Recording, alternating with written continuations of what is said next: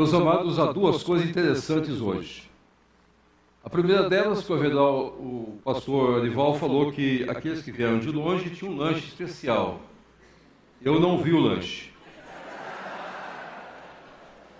Então ele ficou me devendo o lanche. A segunda coisa que ele disse, que quando eu entrei ali, ele disse, você tem no máximo 30 minutos para apresentar a mensagem. Eu nunca vi alguém chegar e ditar para o pastor quanto tempo ele pode pregar. Então hoje é um dia tão especial que nós precisamos guardar todas essas coisas, essas pérolas preciosas. A nossa mensagem de hoje é uma mensagem que trata da palavra, aquilo que nós falamos, aquilo que nós pronunciamos. Nós muitas vezes temos ouvido tantas palavras do Brasil, tantas afirmativas do Brasil, seja elas através da mídia local, seja ela através da mídia eletrônica, seja ela através dos nossos jornais, seja ela através dos nossos pregadores na plantação de igreja, os nossos parceiros, cada um tem o seu ministério. Mas eu escolhi um texto que traz para nós 5 palavras. Eu gostaria de expô-las rapidamente para vocês. As 2 últimas, eu gostaria que fossem as palavras nossas. Aquilo que eu e você precisamos neste mundo expor, não só na plantação de igreja, não só no nascimento do trabalho, não só na abertura de novos campos, não só para nós como servos de Deus, na história que nós vivemos neste país, e até na cidadania nossa neste país. O texto nosso é 2 Reis. Interessante que há poucos dias eu preguei nesse texto, no texto anterior, falando sobre a esperança. Mas hoje eu gostaria de estudar o texto subsequente, envolvendo o mesmo profeta Eliseu, agora olhando as palavras colocadas nesse texto. Os personagens do capítulo que nós vamos ler, capítulo 7 de Eliseu, são capítulos 6 e 7, são personagens de uma guerra. A partir do verso 24 de 2º livro de Reis, no capítulo 6, vocês vão ver que a história da Samaria é uma história de guerras, de lutas, de batalhas, de desespero, de momentos difíceis que aquela nação, aquele povo passava. E depois vocês vão encontrar o profeta Eliseu com uma palavra. E mais tarde nós vamos encontrar leprosos, aqueles que não tinham o que fazer, não tinham esperança, não tinham regozijo, e as palavras pronunciadas por eles. Então eu gostaria que nós pudéssemos focar nesses personagens, e pudéssemos tirar algumas lições preciosas para nós, de igreja, como anunciadores do Evangelho, como aqueles que falam ao mundo no qual nós vivemos. Nós temos Jesus Cristo é a palavra. Ela é a palavra que nós precisamos anunciar. Mas fora a palavra do Senhor, nós temos muitas palavras que envolvem a palavra do Senhor. E muitas vezes a maneira que nós pronunciamos algumas situações nas quais nós estamos vivendo, que podem estar aqui representadas nesse texto. A primeira palavra que esse texto traz para nós, no momento de fome de Samaria, de guerras, de lutas com a Síria, nós vamos encontrar a partir do verso de número 27, no capítulo 6 de 2 Reis. Ele disse: se o Senhor não te acode, donde te acudirei eu, da eira ou do lagar? Perguntou o rei: que tens? Respondeu ela: esta mulher me disse, dá teu filho para que hoje o comamos e amanhã comeremos o meu. Cozemos, pois, o meu filho e comemos. Mas dizendo-lhe eu ao outro dia, dá teu filho para que o comamos, ela o escondeu. Tendo o rei ouvido as palavras da mulher, rasgou suas vestes. E quando passava pelo muro, o povo olhou e viu que trazia pano de saco por dentro sobre a pele. E disse o rei: assim me faça Deus o que bem lhe aprover, se a cabeça de Eliseu, filho de Safate, de ficar hoje sobre os ombros. A primeira palavra que nós temos aqui é a palavra desespero. O mundo está como ele está. Não há mais a oportunidade, não há mais o que fazer. Essa palavra desespero é uma palavra que está expressada muitas vezes até nas nossas igrejas. Muitas vezes nós ouvimos pessoas dizendo: a igreja vai ter o seu final, ter o seu término. Para que plantar novas igrejas? Para que abrir novos trabalhos? Para que nós estamos esforçando neste mundo nosso, se este mundo cada vez mais é um mundo que jaz no maligno? Não tem o que fazer, pastor. Este mundo é assim, ele vai só piorando. A destruição da família está sendo vista a olhos claros para nós. É como se nós pudéssemos retratar essa situação que nós temos diante de nós. Dei o meu filho para que fosse comido. Agora ela escondeu o seu próprio filho. Chega a humanidade ao desespero de se autodestruir, de autofragilizar. E também nós encontramos a palavra do rei. A única saída que tem é eu encontrar um culpado. E este culpado é o homem de Deus. É a perseguição, é a destruição. Nós passamos a culpar o evangelho da situação que o mundo vive aos nossos olhos. Então nós precisamos ter muito cuidado. Nós vivemos um mundo assim, onde a fome está crescendo, onde o desemprego está desenvolvendo, onde os países não sabem mais a quem encontrar soluções, e há sempre alguns culpados sendo colocados diante de nós. E aqui o rei representando toda a força política possível daqueles dias, e ele então olha, diz o profeta Eliseu, é que trouxe toda essa destruição para nós. Em alguns países, hoje, nós encontramos frases como esta: o evangelho é que está trazendo a destruição para o nosso país. E precisamos destruí-los, precisamos acabar com o evangelho, precisamos minar as forças do evangelho. E cada vez mais nós encontramos situações muito claras diante de nós, que expressam esse sentimento de desespero, de um mundo que não sabe para onde vai, de uma sociedade que não tem caminhos, e que cada hora fala uma coisa, que cada hora encontra um culpado, que cada hora procura uma solução mágica, mas muitas vezes olhando para o mundo cristão e culpando da sua própria realidade. Será que nós não estamos longe disso, Brasil? Graças a Deus ainda não, mas pode ser que em alguns dias nós possamos também enfrentar situações como essas, em alguns lugares em nosso próprio país. A segunda palavra que me chama a atenção foi a palavra do capitão que foi com o rei. A partir do capítulo 7, então disse Eliseu: ouvi a palavra do Senhor, se diz o Senhor, amanhã a estas horas mais ou menos dar-se-á um alqueire de flor de farinha por um ciclo, 2 de cevada por um ciclo, à porta de Samaria. Olhou o capitão, a cujo braço o rei apoiava, respondeu ao homem de Deus: ainda que o Senhor fizesse janelas do céu, poderia suceder isso? Disse o profeta: eis que tu verás, com os teus olhos, porém disso não comerás.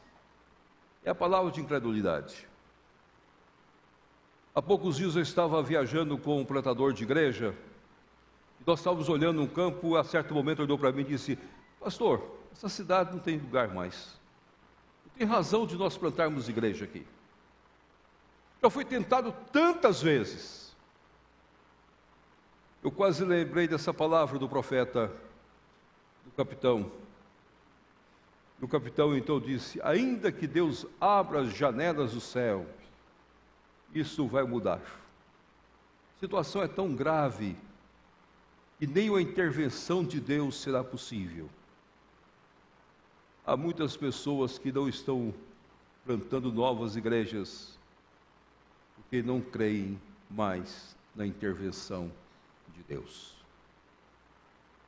Fecharam os olhos, fecharam as vistas, estão vivendo numa incredulidade. O desespero está presente. Mas são incrédulos. Esquece que a graça é irresistível. Esquece que é Deus que faz a obra. Esquece que Deus é que mandou nós pregarmos. Aí começa a selecionar um lugar, outro lugar, uma região, outra região, e nós nunca vamos alcançar, porque cada vez mais nós encontramos essa palavra. Eu estava visitando uma igreja que está construindo o seu templo e olhei para o pastor e disse: pastor, por que um templo tão pequeno como este? Por que o senhor não constrói um templo com possibilidade de aumentar mais? Estava ele reunido com o conselho, e ele olhou para mim e disse: pastor, nós estamos aqui há tantos anos e a igreja não passou deste número. Eu disse: constrói um templo um pouquinho maior, começa a orar. Ah, pastor, essa cidade, nem que haja um avivamento, vai acontecer alguma coisa aqui. Meus amados, de uma maneira dessa, não tem jeito mesmo. A incredulidade jaz, muitas vezes, em nós. Nós perdemos a visão, nós perdemos o desejo, nós achamos que nós somos sempre diminutos. E aqui nós encontramos um culpado, que é a nossa teologia, dizendo: Deus vai mandar os nossos, e você cruza os braços. E passa a vida toda dizendo: Senhor, manda os nossos, mas você não evangeliza seu vizinho. Você não entrega um folheto. Você não fala para a pessoa, você é simplesmente alguém desconhecido da sua comunidade. Você é um evangelista que ninguém sabe quem você é. Você é um pastor que o comércio não conhece você. Você fecha seu carro até o pontinho final do vidro. Como você tem a pele tão sensível, e a pele sua é tão sensível, você coloca algo para encobrir o sol de bater na sua pele quando você está dirigindo, para que ninguém te veja lá de fora. Aí você chega na porta da igreja, desce da porta da igreja, não conhece ninguém, e sai, entra no carro, volta para casa, e não pode sair de casa. E quando sai de casa, é para ir em outro lugar da mesma maneira, e não diz a ninguém. Deus não vai fazer a obra, que é obrigação minha e sua. Pode ser que Deus vai levantar outros para fazer a obra que nós não fizemos. Eu tenho ouvido no Brasil algumas reclamações sobre Pinheiros. E às vezes eu encontro algumas pessoas dizendo: nós estávamos nessa região e agora o rei Danival mandou um plantador de igreja para cá, para essa cidade. Eu disse: meus queridos, vocês estavam mortos e não acordavam. Precisava de alguém crer que é possível abrir trabalhos nessa região. Nós não podemos ficar onde nós estamos. Essa incredulidade não pode fazer parte das nossas vidas. Quando você entregar uma mensagem, você tem de crer que aquela mensagem vai ser eficaz. Você tem de colocar na mão da pessoa em oração. Se for possível, andar na cidade, anda com os vidros abertos para que as pessoas vejam o seu rosto. Não tenha medo de mostrar que você é o pastor, você é o líder daquela cidade e naquela região. Nós não podemos ser incrédulos como esse capitão. Nada vai acontecer na Samaria, mesmo que Deus abra as janelas dos céus. Mas uma terceira palavra que esse texto traz para nós. Agora, os 4 leprosos discutindo a situação deles. 4 homens leprosos estavam à entrada da porta, os quais disseram uns aos outros: para que estaremos nós aqui sentados até morrermos? Se dissermos: entremos na cidade, há fome na cidade, e morreremos lá. Se ficarmos sentados aqui, também morreremos. Vamos, pois, agora e demos conosco no arraial dos sírios, e nos deixarem viver, viveremos. Se nos matarem, então somente morreremos. Eu chamo isso aqui como palavra de acomodação. São pessoas que estão acomodadas, não adianta fazer. Se eu fizer isso, vai acontecer isso, se eu fizer aquilo, vai acontecer aquilo, então não vou fazer nada. Qualquer coisa que eu faço não vai resolver muito. Eu posso fazer alguma coisa, eu posso mudar o ambiente, mas vai mudar alguma coisa? Há pessoas que vivem acomodadas, vivem sentadas, olhando o mundo ao seu derredor, olhando a sociedade ao seu derredor. Daqui a pouco vai cair todas as coisas e a pessoa não vai acordar. Tem pessoas tão acomodadas que até a comunicação da morte delas gasta 2 dias. Porque elas não mexem. Às vezes já estão mortas, nem sabem que morreram. E vivas, só comendo alguma coisa. Há muitas igrejas que estão assim, meus queridos. Vivem da palavra da acomodação. Entra ano, sai ano, escola dominical tem o mesmo número. Entra ano, sai ano, o trabalho tem as mesmas pessoas. Nós precisamos mexer com o povo. Se você não conseguir mexer com o seu povo, pelo menos troca eles de lugar. Chega um domingo, arranca os bancos de algum lugar, muda os bancos da igreja, para que eles possam sentar em outros lugares. Você precisa mudar a situação. O Elival falou uma pérola preciosa hoje. Não sei quantos observaram. Ele disse: vamos cantar 2 hinos convencionais. Eu achei que ele quase ia falar: vamos cantar 2 hinos de acomodação. Mas 2 hinos bonitos. Aí vocês viram quando vocês estavam cantando os cânticos, vocês começaram a vibrar? Uns levantando as mãos, outros quase chorando. Por que nós não fazemos isso nos nossos hinos? Os hinos são lindos. Nós podemos vibrar com os nossos hinos. Nós precisamos sair um pouquinho dessa mesmice nossa e pensarmos que nós vamos ser presbiterianos a vida toda, marcando quantos metros tem da cadeira do púlpito da cadeira até o púlpito, quantos passos nós damos. Algumas vezes você chega na sua igreja correndo. Faça isso um dia, você vai ver que o povo vai tomar um susto. Fica acomodadinho na cadeira lá e vem passo a passo. O povo já acostumou com isso. Cria novos ambientes. Eu sou pastor de uma igreja há 37 anos. E eu brinco com a minha igreja, cada dia nós precisamos ter alguma coisa que mexa com a igreja. Porque a igreja tem que sair para a rua. Eu não quero igreja dentro do templo. Nós não chegamos a ter 40 congregações. Nós já temos 9. Nós já organizamos 2 filhas. No interior de Minas. Nosso projeto é cada vez ir mais.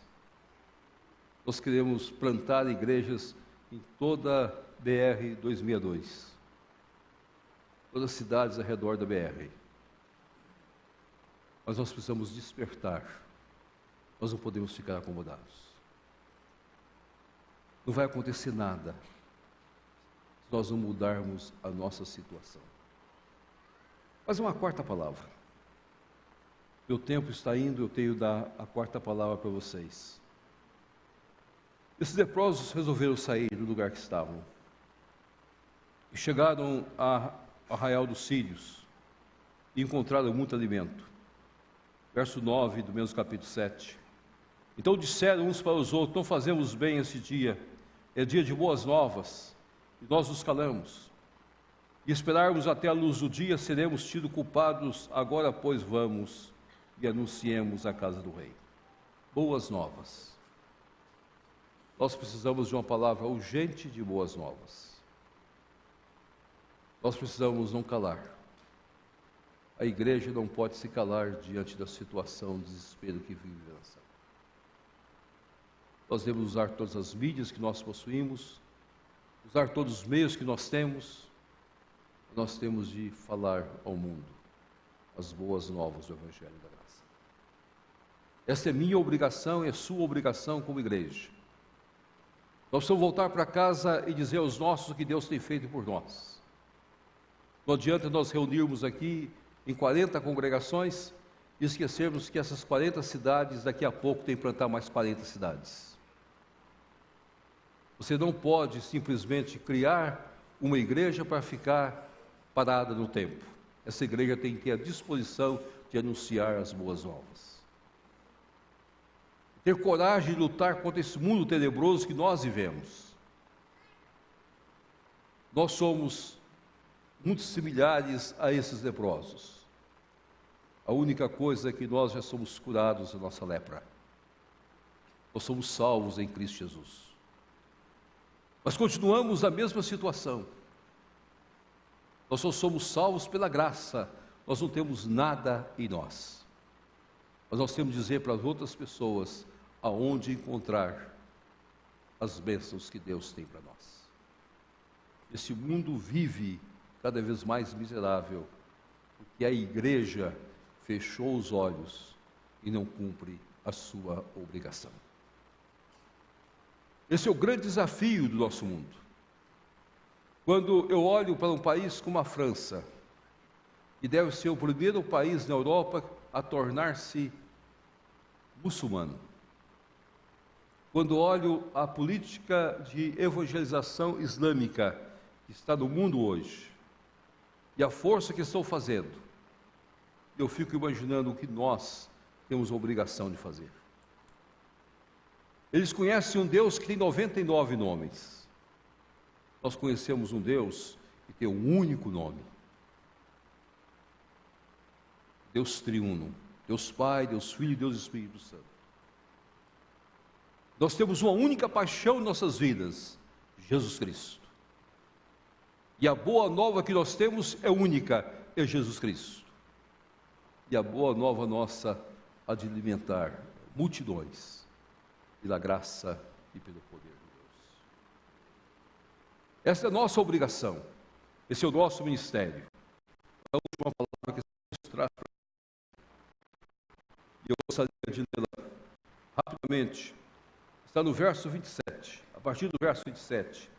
Então saiu o povo e saqueou o arraial dos círios, e assim se vendia um alqueire de flor de farinha por um ciclo, 2 de cevada por um ciclo, segundo a palavra do Senhor. Deram o rei a guarda da porta ao capitão, cujo braço se apoiara, mas o povo atropelou na porta e ele morreu, como falara o homem de Deus, o que falou quando o rei descera a ele. Assim se cumpriu o que falara o homem de Deus ao rei. Amanhã, a essas horas, mais ou menos, vender-se-ão 2 alqueires de cevada por um ciclo, e um de flor de farinha por um ciclo à porta da Samaria. Aquele capitão respondeu ao homem de Deus: ainda que o Senhor fizesse janelas do céu, poderia suceder isso segundo essa palavra. Disse ela ao profeta: eis que tu verás com os teus olhos, porém disso não comerás. Palavra da verdade. Essa é a última. Nós somos chamados por Deus não só para as boas novas, mas pela palavra da verdade. E essa é a única palavra que nós precisamos ter a ousadia de anunciar a este mundo. Nós não anunciamos mentira, nós não anunciamos falsidade, nós não ensinamos fraude, nós não ensinamos corrupção, nós não negociamos o Evangelho, nós não mercadejamos o Evangelho, nós temos coragem de dizer ao mundo que sem Cristo não há salvação. As pessoas precisam se arrepender e crer em Cristo Jesus para ter a vida eterna. E o Espírito Santo do Senhor é que aplica a palavra da verdade aos corações. Nós estamos aqui para agradecer a Deus. Para agradecer a Deus as nossas congregações, as nossas novas igrejas, as parcerias que estão sendo feitas, os pastores que estão aqui, mas eu gostaria de saber o que vocês estão pregando. Vocês têm tido a ousadia de anunciar a esse mundo que só em Cristo há a verdade. Sem o Evangelho não há salvação, não há nova oportunidade. O mundo está condenado ao inferno. Se a pessoa não tem uma experiência real com Cristo Jesus, não há vida eterna. Nós não podemos nos calar diante disso. Nós somos anunciadores da verdade a este mundo que jaz no maligno. A palavra desespero pode entrar um dia na sua vida. Você olhar para as coisas e sentir que não há mais saída. Mas ela não pode tomar conta da sua vida. Ela não há mais. A palavra da incredulidade pode muitas vezes fazer parte do seu ministério.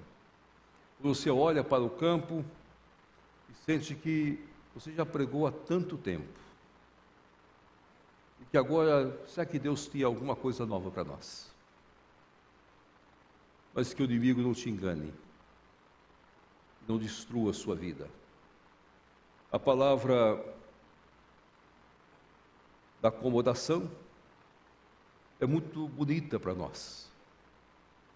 Nós, presbiterianos, nos acomodamos muito fácil, porque nós entendemos nossa teologia de forma errada. Missão e predestinação andam juntas, são inseparáveis. O mesmo Deus que elege é o mesmo Deus que manda ide. O mesmo Deus que salva é o mesmo Deus que convida as pessoas para a salvação. E nós somos arautos desse convite. As palavras das boas novas, eu tenho de tê-las sempre na minha boca, dizendo às pessoas em Cristo, há bênçãos para a sua vida. Sem mercadejar o Evangelho, sem mudar o Evangelho, mas indo de porta em porta, de região em região. Mas nós somos anunciadores da palavra da verdade. Então nós, pastores, nós servos, vivemos a verdade. E cremos que é verdade.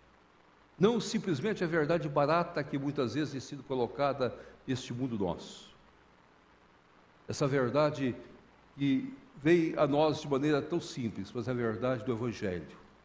Uma vida digna diante do Evangelho, de uma nova maneira, de uma nova postura, de uma nova orientação em Cristo Jesus, o nosso Senhor.